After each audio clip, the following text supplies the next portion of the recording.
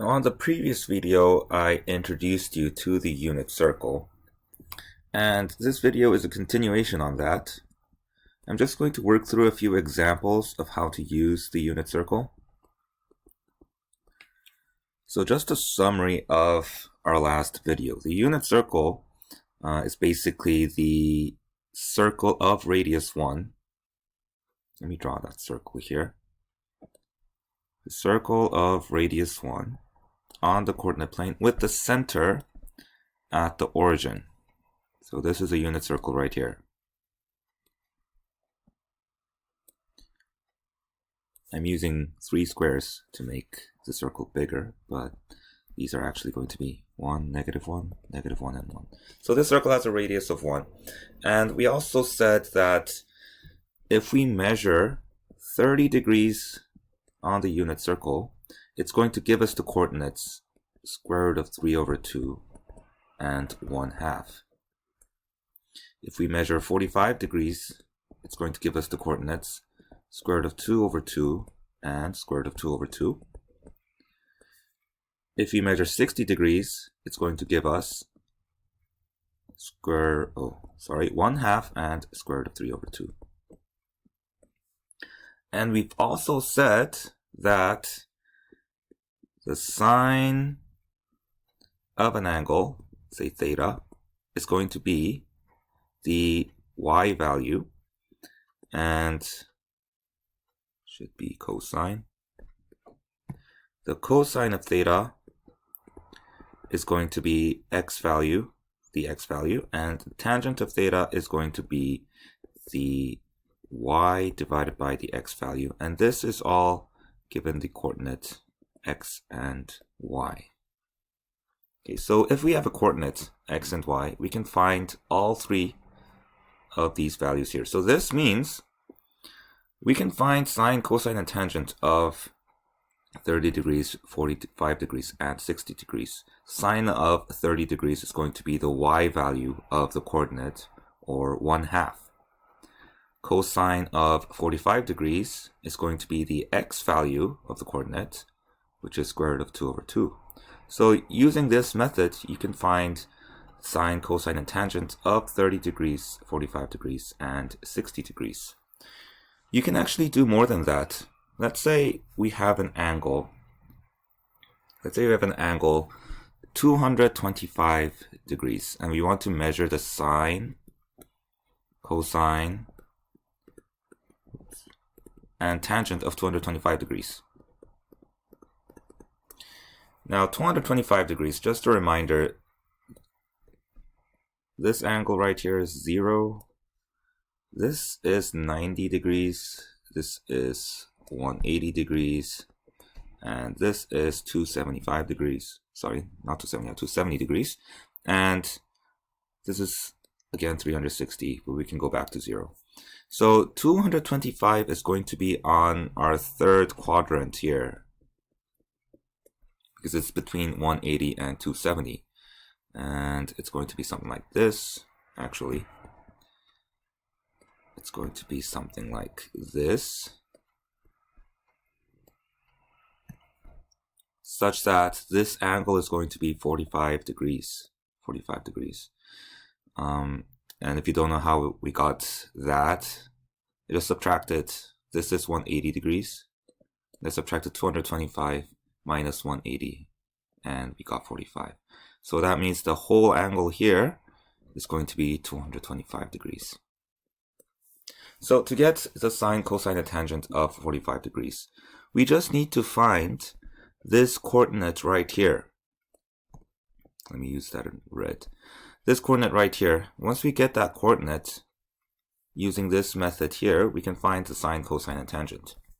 So how do we get that coordinate? Well, let's draw the triangle here.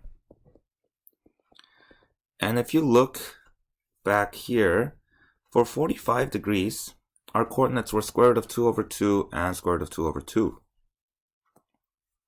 And if you want to double check that, our hypotenuse is 1. And in fact, our 2 legs are going to be square root of 2/2 and square root of 2/2.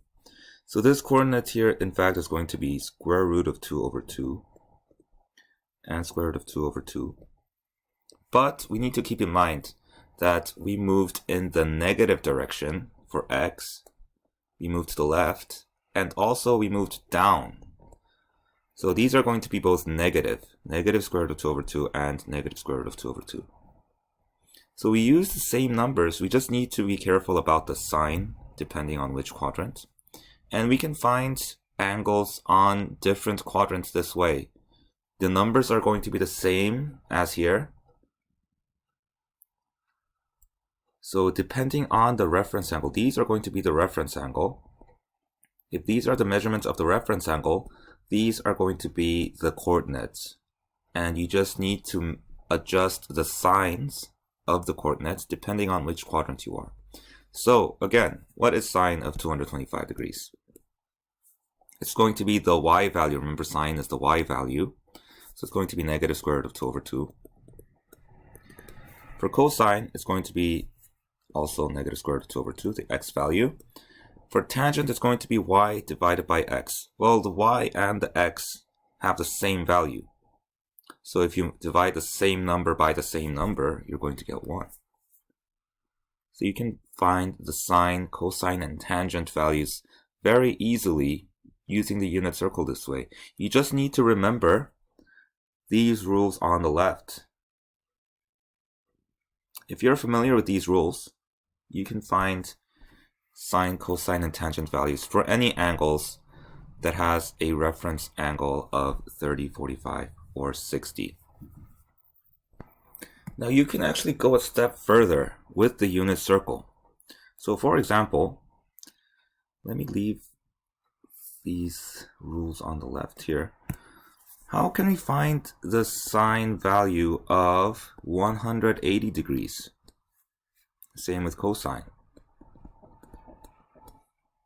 Now, we can't do this on a triangle because we can't measure, the sum of all three angles has to be 180, but we can't have one angle equal to 180 degrees.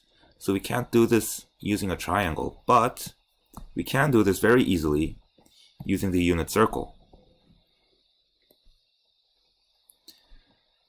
So let's draw the unit circle like this. Drawing the unit circle. Ooh. It's not a very good circle. It's 1, negative 1, negative 1, and 1.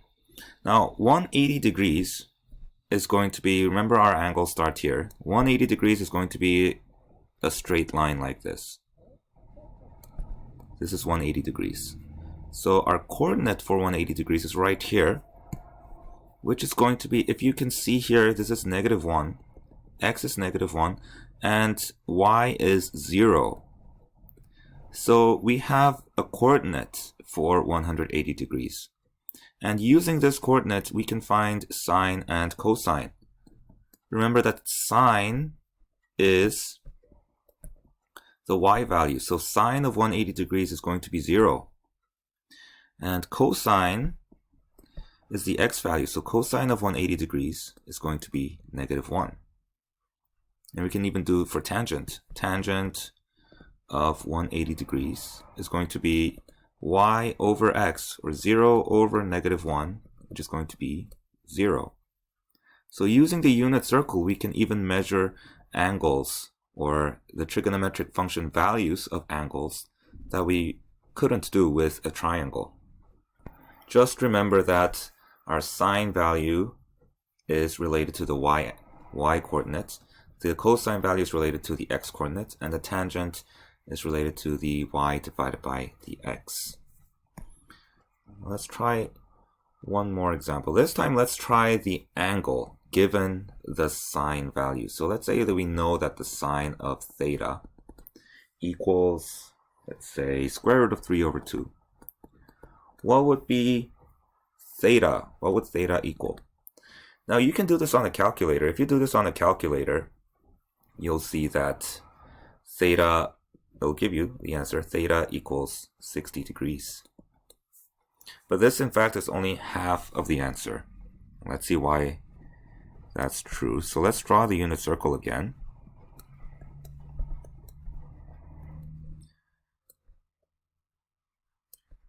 Let's draw the unit circle. And if you notice, Sine of theta is square root of 3 over 2. Remember that sine is the y value, so we're looking for when the y value is square root of 3 over 2. And this is the y-axis. When y is square root of 3 over 2, let's say square root of 3 over 2 is about here, square root of 3 over 2, there are actually going to be 2 points on the unit circle where y equals that point, right here and right here. And when you did that on the calculator, we only got this point here. And this is where, on the first quadrant, where the angle is 60 degrees. Now we need to get the other point. So this point also has a y-coordinate of square root of 3 over 2. So that's square root of 3 over 2 for the y. And we also actually know what the x is. The x, square root of 3 over 2 is always paired up with 1/2. So it's going to be 1/2 here. On this side, the x is negative. So it's going to be negative 1/2. Now, we need to find this angle right here. What is this angle right here? Well, we have the measurement square root of 3 over 2. Y is square root of 3 over 2. And x is 1/2. So that means our reference angle is going to be 60 degrees. And that is actually what the calculator is telling you. The calculator is telling you that the reference angle is 60 degrees. So we found one angle where the reference angle is 60 degrees. That's one of our solution. But our other angle is going to be right here where the reference angle is 60 degrees. And to find this angle, if you looked at the graph, you can see we just need to subtract 60 from 180 because the whole length here, or the whole angle, is 180 degrees. And to get this part of the angle, we'll need to subtract 60. And if you do that, you'll see that this is theta can also equal 120 degrees. And you can double check this. There are two solutions for theta. You can double check this by plugging this in the calculator. If you try sine of 60 degrees and sine of 120 degrees, it should give you the same answer.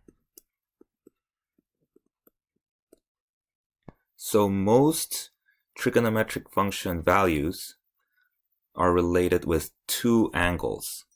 So when you're solving for the angle, you need to keep in mind that there could be two solutions. So I think the easiest way to see that is with the unit circle. Once you draw the unit circle, you can kind of figure out where the y value equals this point.